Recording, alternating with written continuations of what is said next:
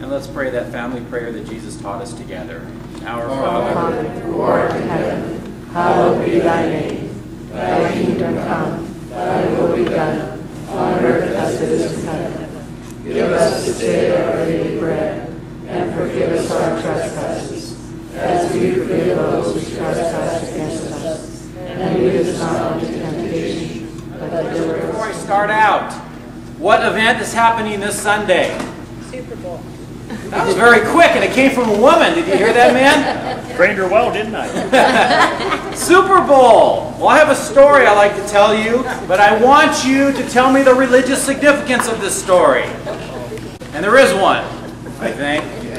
There was this man who, after wanting to attend the Super Bowl all his life, he was finally able to obtain a ticket. He traveled almost a day to go to that stadium, where he finally had the chance to actually watch the game. Once he got into the stadium, though, he started to search for his seat. Unfortunately, as he got closer to his seat, he went higher and higher and higher in the stadium. And when he finally found his seat, he was 2 rows from the very top of that stadium. He was so far away from the field, he had to use his binoculars to see the field. As he was scoping out the field before the game with his binoculars, he noticed there was an empty seat right on the 50-yard line in the very first row. As people began filling up the stadium, he noticed that seat was still empty. Just 5 minutes before kickoff, he put his binoculars and he looked down again, and that seat, the 50-yard line, first row, was still empty. He said to himself, surely the person who would be in that seat would have been here by now. So he rationalized in his mind, nothing ventured, nothing gained. So he got out of his seat and he ran as fast as he could down those stairs to the stadium, all the way down, down, down, down, down, to the first row at the 50-yard line. And he sat down in that seat. And there's a man sitting next to him. And he turned to that man, huffing and puffing, and said, I can't believe this person here who has a seat is not here to watch the Super Bowl, the biggest football game of the year. Actually, the person sitting next to this man who just ran down there said, that seat was always occupied by my wife. We've been attending the Super Bowl together for the past 15 years and have had these same seats every year because we're such football fans.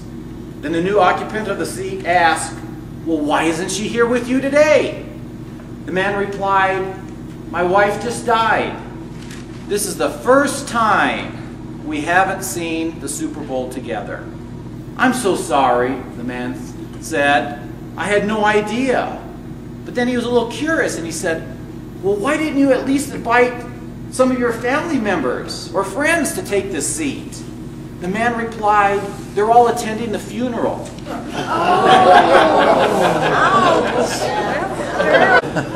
What is the religious significance of the Super Bowl story? You treasured where your heart is at. Okay, we can buy that. You treasured where your heart is at. Somebody passed up a good free ticket. What's that? Somebody passed up a good free ticket. Someone passed up a free good ticket. Again. Priorities. Priorities. There you go. What's your priorities in life? You know, let's show on examples. What have some of you done for your homework assignment last week? Well, I ran into what is Bob? Anyway, he used to go to your class last time, and I was telling him about your class this time and how much we were learning going the second time around. And he said he was going to be here, so I guess I got to call him up and remind him. But other than that, this morning at Math, we ran across a couple ladies who were traveling through from Idaho. And so anyway, they walked out with some brochures, especially this one on I like to do the Catholic Mass, to give to anybody who is not familiar with the Mass, especially people going in the first time, and it tells what's in a Catholic church. It's a real simple thing, and I brought a couple of them if somebody would like to pick them up, but I gave them a set of these, and hopefully they'll get it started in their church, because we've had some people come back and tell us and say these things are really wonderful. When we give them to priests, like we have up in Walla Walla and Down to one. they bring them, and we've gotten letters from them saying, we want to put those in our church, and so thank you for bringing them, and we're going to make sure sure they're stocked. Well, I've got 2 homework assignments I'd like to report to you on. The first one, you probably see this thing over here. We are going international. She's going to be trying to put this on the internet. So I don't know how this is all going to work, but she's trying to put some Catholic apologetics on the internet. So if you see her flashing this thing around here, that's what's going to go on. We're giving it a try. So the second one, I just wanted to let you know something I ran into this week, and I want to run it by you, and since you're apologists now, I want to get your feed on this. Last Sunday, I went to an evangelical church in town, and the sermon was very interesting. And really the sermon kind of related to what we're doing in this class, and I thought it was just kind of fascinating that this all came to be. And the pastor was talking about values. What's a value? Something is worth. Okay, something that's worth. Important. Something that's very important. Meaningful. Well, that's what he's talking about. He's talked about setting the values for this particular congregation. And they're in the process, the board and the pastor is in the process of setting values, what this church stands for. And he made a comment.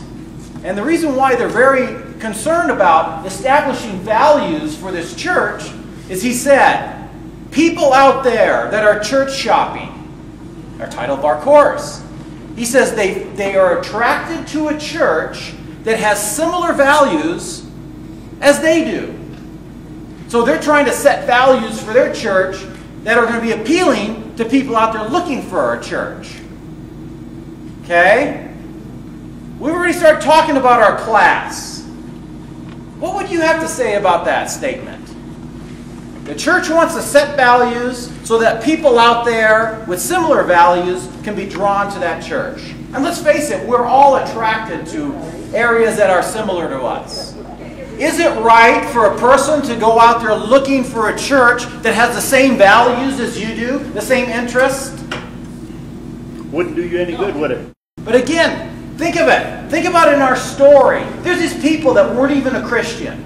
And all of a sudden now they're a little baby Christian. They know a little bit about the faith. Are they qualified to know which church has the right values? You know, they're just baby Christians. They don't know a lot about the faith.